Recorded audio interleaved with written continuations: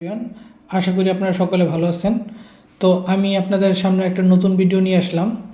এই ভিডিওটার টপিকস হচ্ছে যে আমরা ওয়াশরুমে 4-5 বছর একটা কল বা একটা বিপকক বা আমরা সাধারণত ট্যাপ বলে থাকি, এগুলো ইউজ করলে আমাদের ওটার মধ্যে এক ধরনের র্যাশ টাইপের একটা স্ক্র্যাচ পড়ে।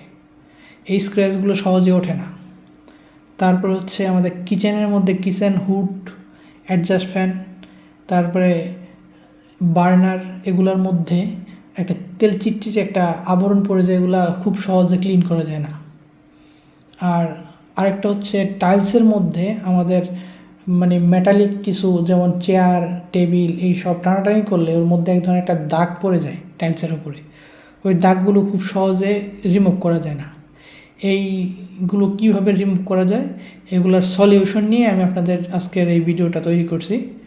তো আপনারা এই ভিডিওটা সম্পূর্ণ দেখতে থাকলে আশা করি আপনারা এই যেই অবস্থাগুলো ক্রিয়েট হয় এগুলো থেকে সলভ করতে পারবেন।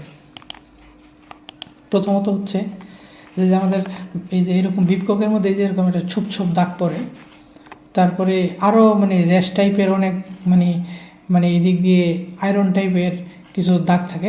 তো ওই দাগগুলো আমরা কীভাবে রিমুভ করতে পারি, এর জন্য আমার বাজারে এরকম এই যে মেটাল পলিশ, পপুলারের মেটাল পলিশ, তারপরে আসে এলো এই ব্রেসোর মেটাল পলিশ, তারপরে ডক্টর টেনি ট্যাপ ক্লিনার, তারপরে আপনার আসে অটোসোলের মেটাল পলিশ। এই মেটাল পলিশগুলো বাজারে কিনতে পাওয়া যায়। তো এই মেটাল পলিশগুলো 250 ml করে থাকে। এগুলোর মার্কেট প্রাইস 5 থেকে 600 টাকা। এগুলো বিভিন্ন হার্ডওয়্যারের দোকানে আপনারা পাবেন। তো এই মেটাল পলিশগুলো এই জায়গায় কলের মধ্যে বা একটা এরকম যেমন সুতি কাপড়, হ্যাঁ, বা কটন ক্লথ দিয়ে একটু নেওয়ার পরে ওই কলটাকে একটু ঘষাঘষি করলেই এরকম একটা ক্লিন সারফেস পাবেন আপনারা। তো এই যে আমি আপনাদের দেখাচ্ছি যে এটা আগের অবস্থা, এটার পরে ওই মেটাল পলিশটি ইউজ করার পরে এটার পরের অবস্থা হচ্ছে এরকম।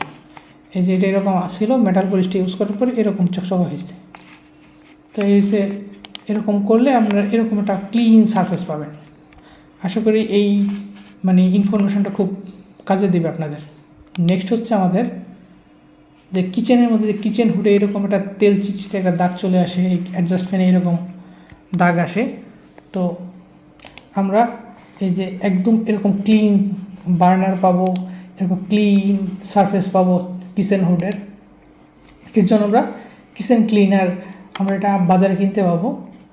তো এটার প্রাইসও প্রায় 600-700 টাকার মধ্যে।